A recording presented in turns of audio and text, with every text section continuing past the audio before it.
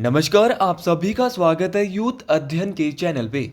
देखिए एक बार फिर से हम आप सभी के बीच अब इंडियन ज्योग्राफी को शुरू करने जा रहे हैं। इंडियन ज्योग्राफी का जो पार्ट 1 रहने वाला है वो भारत की स्थिति और विस्तार के बारे में रहने वाला है। तो सबसे पहले हम इस टॉपिक में देखेंगे भारत का क्षेत्रफल और सामान्य जानकारी। बहुत ही डिटेल से हम इस टॉपिक को पढ़ने वाले हैं। तो अगर क्षेत्रफल की दृष्टि से भारत की बात की जाए तो विश्व में भारत का 7वां स्थान आता है।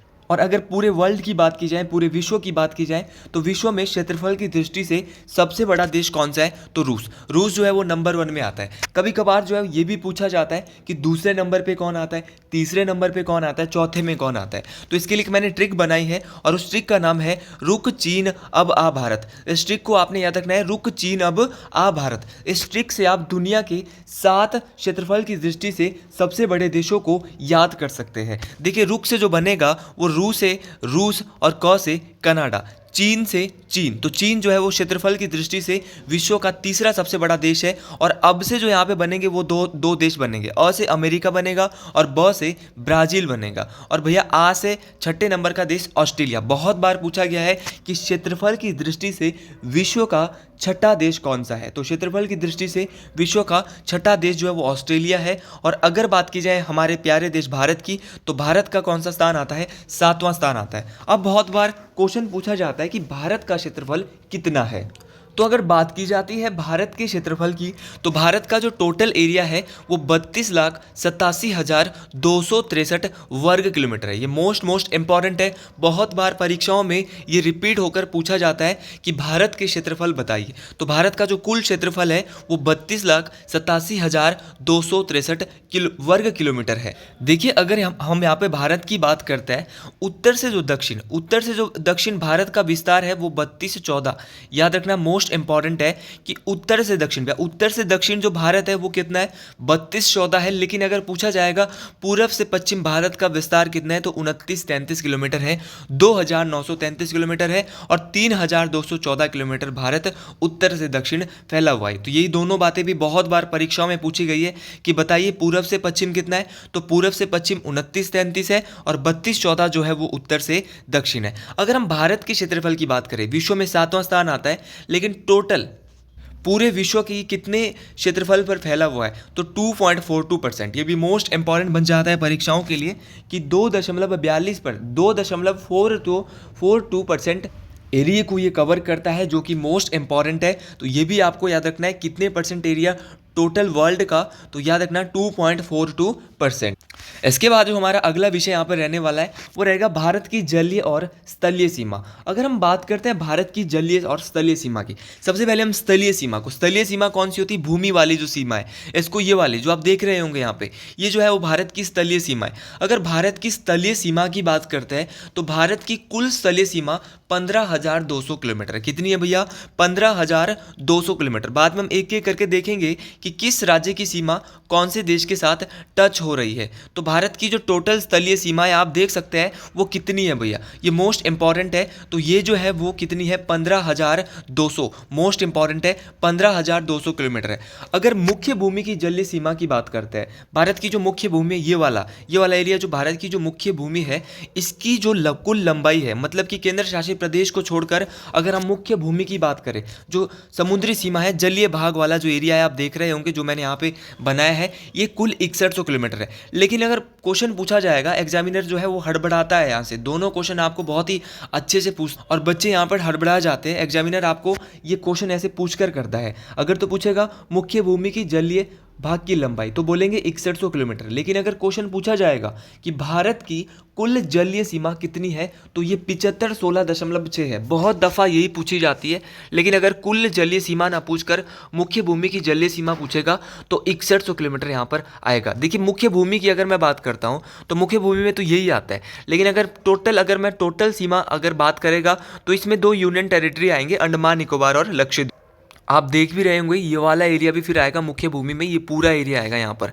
तो ये आपको याद रखना है। लेकिन अगर खाली मुख्य भूमि पूछे तो ये एरिया आएगा, लेकिन अगर कुल पूछा है तो ये पूरा एरिया उसमें आ जाएगा। तो कुल एरिया 7516.6 है। और याद रखना है एनसीईआरटी के तहत मैं बता रहा हूँ, और 6100 किलोमीटर मुख्य भूमि की जलीय सीमा है। अगर हम बात करें यहाँ पर भारत की सबसे बड़ी जलीय सीमा की, तो भारत की जो सबसे बड़ी या सबसे लंबी जो जलीय सीमा बनाता है तो वो आपका गुजरात राज्य। आप देख सकते हैं गुजरात राज्य जो है वो सबसे लंबी जो है वो सीमा बनाता है, जलीय सीमा बनाता है, देख सकते हैं आप। तो सबसे लंबी जलीय सीमा आपका गुजरात राज्य बनाता है, ये भी मोस्ट इंपॉर्टेंट है। और अगर बात करें सबसे लंबी अंतर्राष्ट्रीय सीमा की, तो सबसे लंबी अंतर्राष्ट्रीय सीमा जो है जलीय सीमा में गुजरात सबसे ज़्यादा बना रहा है। और भैया अगर देखा जाए यहाँ पर सबसे ज़्यादा जो अंतर्राष्ट्रीय स्थलीय सीमा बना रहा है वो बांग्लादेश बना रहा है, ये भी मोस्ट इंपॉर्टेंट है। अगर जलीय सीमा पूछी जाएगी तो गुजरात आएगा, लेकिन अगर अंतर्राष्ट्रीय स्थलीय सीमा भूमि वाली जो बॉर्डर सबसे ज़्यादा बनाता है वो बांग्लादेश, आप देख सकते हैं बांग्लादेश भारत के साथ बनाता है। अब क्वेश्चन ये भी परीक्षा में पूछा जाता है कि भारत के ऐसे कितने राज्य हैं और कितने केंद्र शासित प्रदेश हैं जो जलीय सीमा बनाते हैं। तो आपको याद रखना है भारत के 9 राज्य और 4 यूटी है, 4 केंद्र शासित प्रदेश है जो कि जलीय सीमा बनाते हैं, ये मोस्ट इंपॉर्टेंट है। अगर मैं यहाँ से शुरू करता हूँ तो सबसे पहले आप देख सकते हैं गुजरात, गुजरात के बाद महाराष्ट्र, महाराष्ट्र के बाद एक छोटा सा गोवा, गोवा के बाद आपका कर्नाटक, कर्नाटक के बाद केरल, फिर तमिलनाडु, फिर आंध्र प्रदेश, आंध्र प्रदेश के बाद आपका आता है उड़ीसा, और उड़ीसा के बाद आएगा भैया पश्चिम बंगाल। तो आपको ये सारा का सारा याद रखना है, मोस्ट इंपॉर्टेंट है। तो भारत के 9 राज्य, कितने राज्य? 9 राज्य, गुजरात, महाराष्ट्र, गोवा, कर्नाटक, केरल, तमिलनाडु, आंध्र प्रदेश, उड़ीसा और पश्चिम बंगाल, ये 9 राज्य जो है वो कैसी सीमा बनाते हैं भैया? जलीय सीमा बनाते हैं। और इसके साथ जो 4 केंद्र शासित प्रदेश है वो अंडमान निकोबार है, लक्षद्वीप द्वीप समूह है, पुडुचेरी है और दमन और द्वीप है। तो 4 केंद्र शासित प्रदेश और 9 राज्य भारत के क्या बनाते हैं?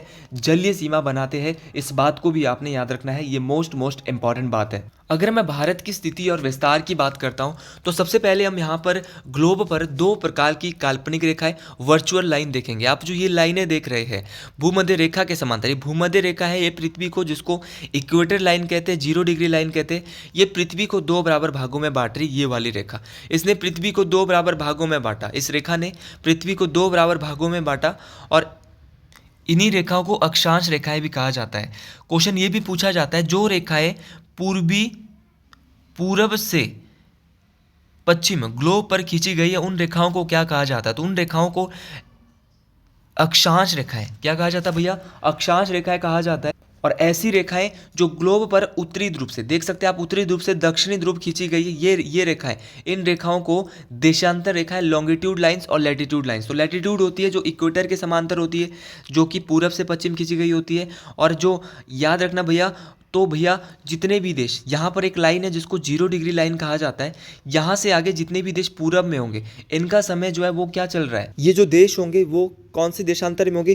पूर्वी देशांतर में होंगे। और जितने भी देश यहाँ पर पश्चिम में होंगे, ये देश जो है वो किस में होंगे? पश्चिमी देशांतर में होंगे। तो भारत जो है यहाँ पर है, इस बात को आपने याद रखना है। और याद रखना भूमध्य रेखा के ऊपर जितना भी एरिया बचेगा इसको उत्तरी गोलार्ध बोलते हैं, और नीचे जो एरिया बचता है इसको दक्षिणी गोलार्ध बोलते हैं। तो भारत इस स्थिति में, तो भारत जो है गोलार्ध में कौन से आ रहा है? उत्तरी गोलार्ध। और देशांतर कौन सा है? पूरब वाला। तो याद रखना भारत जो है, भारत उत्तरी गोलार्ध और पूर्वी देशांतर, मोस्ट इंपॉर्टेंट है। भारत किस गोलार्ध में है? तो भारत भैया उत्तरी गोलार्ध में है। और देशांतर कौन सा है? पूर्वी देशांतर। बहुत बार ये क्वेश्चन पूछा गया है, तो इस बात को भी आपने याद रखना है कि भारत की स्थिति जो है वो उत्तरी गोलार्ध और पूर्वी देशांतर में स्थित है। देखिए अगर एग्जैक्ट भारत की स्थिति को देखा जाए तो भारत का जो मुख्य भाग है वो 8 डिग्री 4 उत्तरी अक्षांश, देखिए उत्तरी अक्षांश आपको याद रखना है 8 डिग्री 4 मिनट उत्तरी अक्षांश से 37 डिग्री 6, बहुत इंपॉर्टेंट है। 8 डिग्री 4 से 37 डिग्री 6 उत्तरी अक्षांश कहाँ पे? ये मैं बता चुका हूँ, उत्तरी गोलार्ध में। तो जितनी भी रेखाएं ऊपर उत्तर में आएगी अक्षांश रेखाएं, उनको उत्तरी अक्षांश बोलेंगे। तो 8 डिग्री 4 मिनट उत्तरी अक्षांश से 37 डिग्री 6 मिनट उत्तरी अक्षांश में है। और जो अगर इसकी बात की जाए देशांतर की, तथा 68°60' पूर्वी देशांतर से 97°25। बहुत बार ये क्वेश्चन रिपीटेड आया है, इसलिए आप इसको ध्यान से सुने। अगर उत्तरी अक्षांश की बात करें तो 8°4' से और 37°6' तक है। मोस्ट इंपॉर्टेंट है, 8°4 से 37°6 तक है। और 68°7 से 97°25 पूर्वी देशांतर। ये पूर्वी देशांतर की स्थिति आपको भारत की पता चल गई है, तो आपको ये मोस्ट इंपॉर्टेंट तरीके से याद रखना है कि भारत की जो स्थिति है, भारत का जो विस्तार है वो 8°4' उत्तरी अक्षांश से 37°6 उत्तरी अक्षांश तक है। और अगर बात की जाए पूर्वी देशांतर की तो 68°7' पूर्वी देशांतर से 97°25' पूर्वी देशांतर तक है। तो ये मोस्ट इंपॉर्टेंट है। अक्षांश भी आपको स्थिति पता चल गई और देशांतर की स्थिति भी आपको पता चल गई। तो ये बार बार ये क्वेश्चन परीक्षाओं में रिपीटेड पूछा जा रहा है, तो आप इस क्वेश्चन को बिल्कुल भी गलत नहीं करेंगे। इसके बाद अगर बात की जाए भारत के दूरस्थ बिंदु की, भारत का हमने यहाँ पर एरिया देखा था दोनों तरफ का 32, 14 और 29, 33।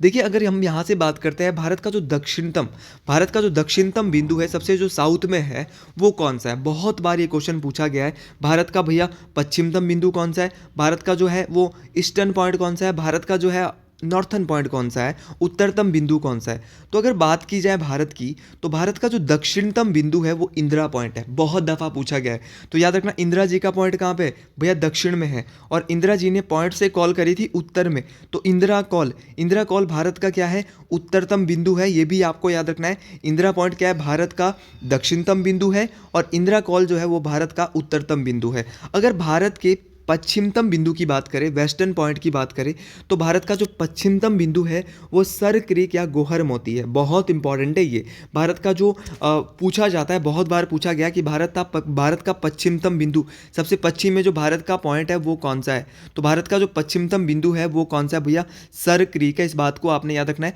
और किबिथु या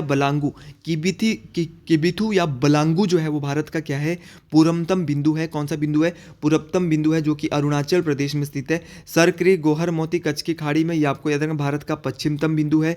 पूर्वतम किबिथु बलांगू है। इंदिरा पॉइंट अंडमान और निकोबार में है, भारत का दक्षिणतम बिंदु है। और इंदिरा कॉल की अगर बात की जाए तो ये भारत का उत्तरतम बिंदु है। तो इंदिरा जी को कॉल करी थी उत्तर से और इंदिरा जी का पॉइंट कहाँ पे है, दक्षिण में। इस प्रकार भी आपको याद रखना। अब यहाँ पर एक विश्व का मैप मैं आपको दिखा रहा हूँ। ये विश्व का मैप जो है मोस्ट इंपॉर्टेंट रहने वाला है, जिसको हम बोलते हैं ग्रीनविच मीन टाइम।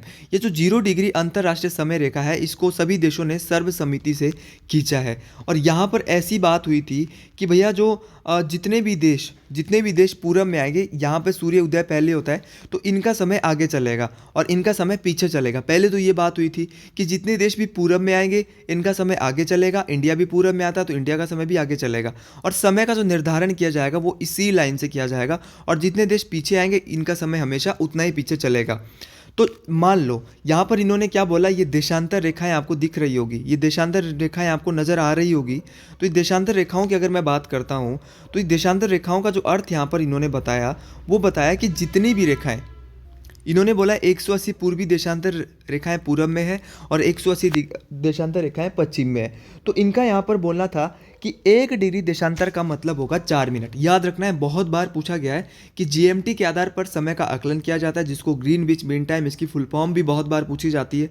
अब 1 डिग्री देशांतर का जो अर्थ था वो 4 मिनट था। कितना था भैया, 4 मिनट। इस बात को आपने याद रखना है कि जो 1 डिग्री देशांतर का जो मीनिंग यहाँ पर दिया है, मतलब जो दिया है वो 4 मिनट है। अगर इंग्लैंड में 12 बजे है और कोई देश इंग्लैंड से 1 डिग्री देशांतर आगे है, तो उसका समय पूरब में होगा, तो उसका समय 4 मिनट आगे चलेगा। और अगर कोई देश 1 डिग्री देशांतर पश्चिम में होगा इंग्लैंड से, जीएमटी लाइन से, जो कि इंग्लैंड के ग्रीनविच माध्यम में खींची गई है, तो वो देश पीछे चलेगा। मान लो कोई देश 15 डिग्री देशांतर पे आगे है, तो 15 को जब 4 से गुना करते हैं तो 60 आता है, और 60 मिनट का मतलब होता है 1 घंटा। तो उस देश का समय, अगर कोई देश 15 डिग्री देशांतर पूर्वी देशांतर में, कहाँ बोले भैया, पूरब में है, पूर्वी देशांतर में है, तो उसका समय 60 मिनट आगे चलेगा। और अगर कोई देश 15 डिग्री पश्चिमी देशांतर में स्थित है तो उसका समय पीछे चलेगा। मान लो इंग्लैंड में कितने बज रहे भैया, इंग्लैंड में बज रहे इस समय कितने, 12। और कोई देश जो है वो पूर्वी देशांतर में 15 डिग्री पूर्वी देशांतर में स्थित है, तो वहाँ 1 बज रहा होगा।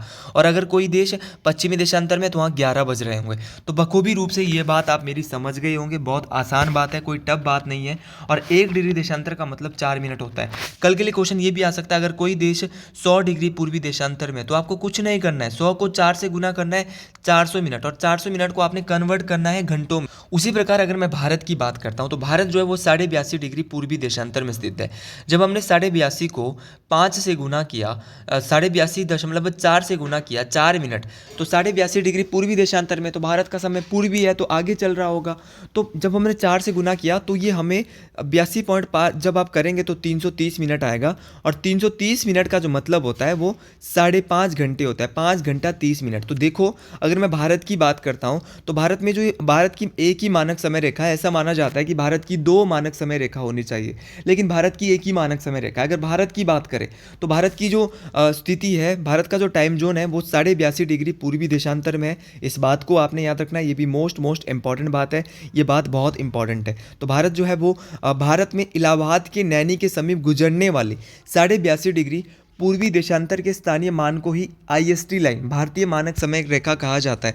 तो IST लाइन जो एग्जिट जो जहाँ से गुजरती है वो इलाहाबाद, जिसको प्रयागराज, जिसका नया नाम है प्रयागराज के नैनी के समीप जो गुजरने वाली 82.5 डिग्री जो पूर्वी देशांतर में जो लाइन जाती है उसको भारतीय मानक समय रेखा कहा जाता है। देखिए अगर हम GMT से बात करें, देखिए भारत जो है वो GMT लाइन से भारत का समय अब आगे चल रहा है, क्योंकि भारत पूर्वी देशांतर में है। जबकि मैं कह रहा था 330 मिनट आते हैं, जब आप इसको 4 से गुना करेंगे तो 330 मिनट आते हैं, और 330 मिनट को जब आप घंटों में कन्वर्ट करेंगे तो भारत का समय ग्रीनविच मीन टाइम से, ग्रीनविच मध्यशाला से 5 घंटे 30 मिनट आगे चल रहा है। कितने डिग्री पूर्वी देशांतर में भारत आता है?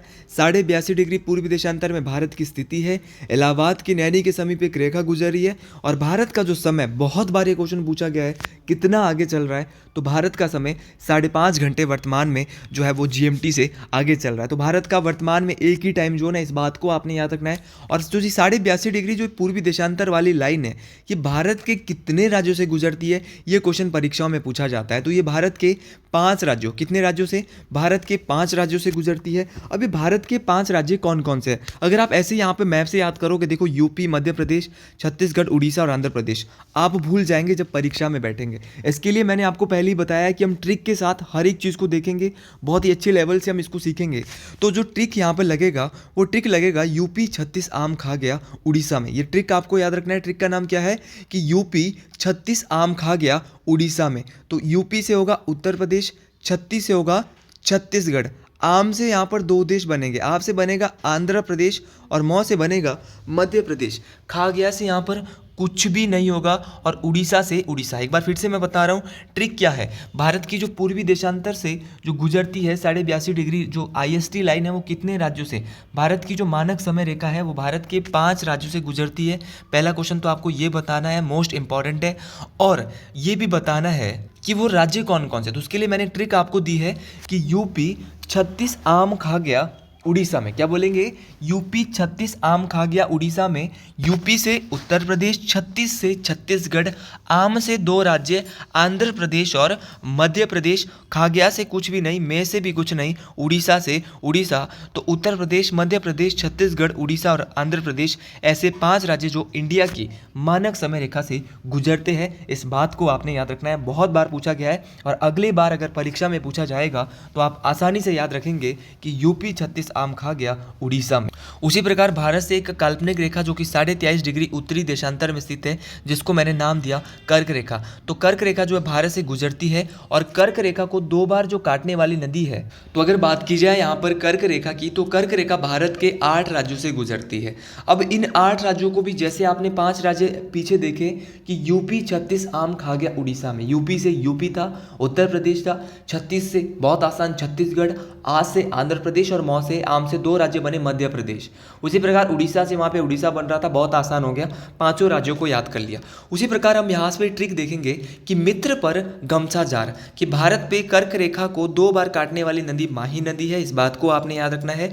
और भारत के 8 राज्य ऐसे हैं जो कि कर्क रेखा से गुजरते हैं, और इसके लिए आपको एक ट्रिक याद रखनी है, और उस ट्रिक का नाम है मित्र पर गमछा जार। मित्र पर गमछा जार जो ट्रिक है, यहाँ पर 8 राज्य, मी से बोलेंगे आप मिजोरम, त्रौ से बोलेंगे त्रिपुरा, प से बोलेंगे पश्चिम बंगाल, र से बोलेंगे गुजरात, और गमछा से जो रौ से बोलेंगे राजस्थान, गमछा से बनेगा गुजरात, मध्य प्रदेश, छा से छत्तीसगढ़ और झार से झारखंड। एक बार फिर से बता रहा हूँ, मित्र से यहाँ पर दो राज्य बनेंगे, मिजोरम और त्रिपुरा। पश्चिम पर से यहाँ पर दो राज्य बनेंगे, पश्चिम बंगाल और राजस्थान। गमछा से भैया तीन राज्य, गुजरात, मध्य प्रदेश, छत्तीसगढ़, और झार से जो यहाँ पे बनेगा वो बनेगा झारखंड। तो ये बहुत आसान हो जाएगा। मित्र पर गमछा झार, आपको ये ट्रिक याद रखनी है। भारत के 8 राज्यों से जो है वो कर्क रेखा गुजरती है, इस बात को आपने याद रखना है। ये मोस्ट इंपॉर्टेंट बात है, परीक्षाओं में काम आने वाली बात है। क्वेश्चन ये भी पूछा जाता है कि सबसे ज़्यादा कर्क रेखा किस राज्य से गुजरती है। तो सबसे ज़्यादा जो कर्क रेखा की अगर बात करें तो ये मध्य प्रदेश से सबसे ज़्यादा गुजरती है। और राजस्थान से देखो आप थोड़ी सी गुजरी, मध्य प्रदेश से सबसे ज़्यादा गुजर रही है, लेकिन राजस्थान से थोड़ी इतु से आप देख रहे हैं, राजस्थान से सबसे कम गुजरती है। तो ये दोनों ही बातें आपको याद रखनी। अब हम बात करते हैं राज्यों की अंतर्राष्ट्रीय सीमाओं की। सबसे पहले अगर मैं बात करता हूँ राज्यों की अंतर्राष्ट्रीय सीमाओं की, तो भारत के सीमावर्ती और पड़ोसी देशों की हम बात कर लेते हैं। तो भारत के सीमावर्ती जो देश है वो कितने हैं। तो सीमावर्ती देश जो सीमाओं के साथ टच होते हैं, तो सीमाओं के साथ जो टच होता है वो पाकिस्तान होता है, अफगानिस्तान होता है, चीन होता है, नेपाल होता है, भूटान होता है, बांग्लादेश होता है, म्यांमार होता है। सीधा क्वेश्चन आएगा भारत के सीमावर्ती देश कितने हैं, तो आपने आसान भाषाओं में बोलना है 7 देश है। कौन कौन से सीमावर्ती देशों में आते हैं? पाकिस्तान आता है, अफगानिस्तान आता है, आपका चीन आता है, नेपाल आता है, भूटान आता है, बांग्लादेश आता है, आपका म्यांमार आता है। तो ये तो भारत के सीमावर्ती देश है, मैप में भी आप देख रहे होंगे। लेकिन 2 अन्य देश आपको नजर आ रहे होंगे, एक तो भैया श्रीलंका आ रहा होगा, दूसरा जो देश आपको मालदीव नजर आ रहा होगा। तो ये दोनों देश भी भैया कहीं ना कहीं पड़ोसी तो है, लेकिन ये कैसे देश है? ये पड़ोसी देश है। तो याद रखना कि सीमावर्ती देशों की संख्या कितनी है? 7 है। लेकिन अगर परीक्षा में पूछेगा कुल पड़ोसी देशों की संख्या, तो कुल पड़ोसी देशों में 7 सीमावर्ती के साथ 2 पड़ोसी देश श्रीलंका और मालदीव आएंगे, जो हमारे साथ जलीय सीमा बना रहे हैं, जो कि हमारे खाली पड़ोसी देश है, सीमावर्ती देश नहीं है। इस बात को आपने याद रखना है, मोस्ट इंपॉर्टेंट बात है। और अगर मैं बात करता हूँ कि सबसे ज़्यादा सीमा जो भारत के साथ बना रहा है, मैं पहले भी बता चुका हूँ, वो बांग्लादेश बना रहा है। बांग्लादेश जो है वो 4096 किलोमीटर भारत के साथ सीमा बनाता है। और सबसे कम जो सीमा, वैसे तो भारत की अफगानिस्तान के साथ नहीं बनती, क्योंकि वो एरिया पाकिस्तान ने हड़प रखा है, POK वाला। तो ये जो है वो टोटल 106 किलोमीटर, जिसको हम डूरंड लाइन भी कहते हैं। तो 106 किलोमीटर अफगानिस्तान के साथ भारत सीमा बनाता था, लेकिन ये वर्तमान में पाकिस्तान के कब्जे में है। तो ये जो है हम 106 किलोमीटर, लेकिन फिर भी आपको याद रखना है ये 106 किलोमीटर सीमा बनाता है। तो राज्यों की जो अंतर्राष्ट्रीय सीमाओं की अगर हम बात करते हैं, तो नेपाल के साथ जो भारत की राज्यों की सीमा लगती है, आप देख सकते हैं उत्तर प्रदेश की सीमा जो है टच हो रही है, बिहार की हो रही है, आपके सिक्किम की हो रही है, आपके पश्चिम बंगाल की हो रही है। तो 5 राज्यों की सीमा याद रखना। नेपाल के साथ भारत कितने राज्यों की सीमा बनाता है? 5 राज्य। आप देख सकते हैं मैप पे, उत्तराखंड, उत्तर प्रदेश, बिहार, पश्चिम बंगाल, सिक्किम। कितने राज्यों ने? 1 2 3 4 5। कौन कौन से राज्य हैं? यूपी सीमा बना रहा है, बिहार सीमा बना रहा है, उत्तराखंड सीमा बना रहा है, पश्चिम बंगाल सीमा देख सकते हैं थोड़ी सी बना रहा है यहाँ पे, और सिक्किम तो बना ही बना रहा है। तो नेपाल के साथ भारत के कितने राज्य टच होते हैं? 5 राज्य। याद रखना है कि राज्यों की सीमा जो अंतर्राष्ट्रीय देशों से टच होती है, तो नेपाल के साथ 5 राज्यों की, यूपी देख सकते हैं आप, यूपी के साथ उत्तराखंड, उत्तराखंड के साथ बिहार, बिहार के साथ पश्चिम बंगाल, और पश्चिम बंगाल के साथ सिक्किम। 5 राज्यों की सीमा। उसी प्रकार भूटान के साथ, ये भूटान आपको नजर आ रहा होगा, भूटान के साथ सीमा बनाता है। कौन कौन बनाता है भैया? भूटान के साथ आपका अरुणाचल प्रदेश सीमा बना रहा है, आपका पश्चिम बंगाल सीमा बना रहा है, आपका सिक्किम सीमा बना रहा है, आपका असम सीमा बना रहा है। तो कहीं ना कहीं आपको ये राज्य याद रखना है कि भूटान के साथ 4 राज्यों की सीमा भारत की टच होती है। कौन कौन से 4 राज्य? अरुणाचल प्रदेश भैया देख सकते हैं आप, पश्चिम बंगाल देख सकते हैं आप, सिक्किम देख सकते हैं, मोस्ट इंपॉर्टेंट है, और असम। तो 4 राज्यों की सीमा भूटान के साथ टच होती है। और नेपाल के साथ किन किन राज्यों की? 5 राज्यों की। पूछा जा सकता है कल के लिए। तो आप देख चुके होंगे कि जो सिक्किम और पश्चिम बंगाल है, वो सिक्किम और पश्चिम बंगाल वो भूटान के साथ भी बना रहे हैं और नेपाल के साथ। तो ये भी आपको याद रखना है कि सिक्किम और पश्चिम बंगाल ये भैया दो देशों के साथ बना रहा है, नेपाल के साथ भी बना रहा है और भूटान के साथ भी बना रहा है। ये मोस्ट इंपॉर्टेंट बात। अगर मैं पाकिस्तान की बात करता हूँ, तो पाकिस्तान जो है अब 4 राज्यों के साथ सीमा बनाता है। पहले 5 राज्यों के साथ बनाता था, लेकिन जो ये 5वां राज्य हो चुका है वो UT हो चुका है, जो कि है जम्मू कश्मीर। जम्मू कश्मीर अब केंद्र शासित प्रदेश हो चुका है, जम्मू कश्मीर और लद्दाख। तो जम्मू कश्मीर और लद्दाख जो है वो 2 केंद्र शासित प्रदेश है, और इनके साथ सीमा बनाता है पाकिस्तान। तो अगर बात करते हैं पंजाब, राजस्थान, गुजरात और लद्दाख की, देख सकते हैं आप गुजरात, राजस्थान, पंजाब, और आपका ये जो राज्य है पंजाब, राजस्थान, गुजरात और गुजरात। तो ये 3 राज्य है, मोस्ट इंपॉर्टेंट है। 3 राज्य भैया, 3 ही राज्य है जो कि पाकिस्तान के साथ सीमा बना रहे। 4 भी नहीं आएगा यहाँ पे, 4 भी हमने गलती से लिख दिया है। 3 राज्य ऐसे हैं जो पाकिस्तान के साथ सीमा बनाते हैं और 2 केंद्र शासित प्रदेश है। 2 केंद्र शासित प्रदेश कौन से हैं? जम्मू कश्मीर और लद्दाख। ये आपको यहाँ पर 4 जो है वो डिलीट करना है, बिल्कुल 4 याद नहीं रखेंगे, सिर्फ 3 राज्य बना रहे, राजस्थान, गुजरात और पंजाब पाकिस्तान के साथ सीमा। तो 3 राज्य और 2 यूनियन टेरिटरी। 2 यूनियन टेरिटरी कौन से? लद्दाख और जम्मू कश्मीर। तो पाकिस्तान के साथ 3 राज्य और 2 यूनियन टेरिटरी सीमा बना रहे। राज्य कौन कौन से हैं? राज्य याद रखेंगे, पंजाब, राजस्थान और गुजरात। अगले क्वेश्चन की बात करते हैं। यहाँ पर हम देखेंगे अब भूटान की सीमा। अगर भूटान की बात करें तो भूटान 4 राज्यों के साथ बना रहा है, पढ़ा लिया है, असम, अरुणाचल प्रदेश, सिक्किम और पश्चिम बंगाल। म्यांमार हमारा बच गया था, म्यांमार के साथ अरुणाचल प्रदेश बना रहा है। देखो अरुणाचल प्रदेश ने भूटान के साथ भी बनाई, म्यांमार के साथ भी बनाई।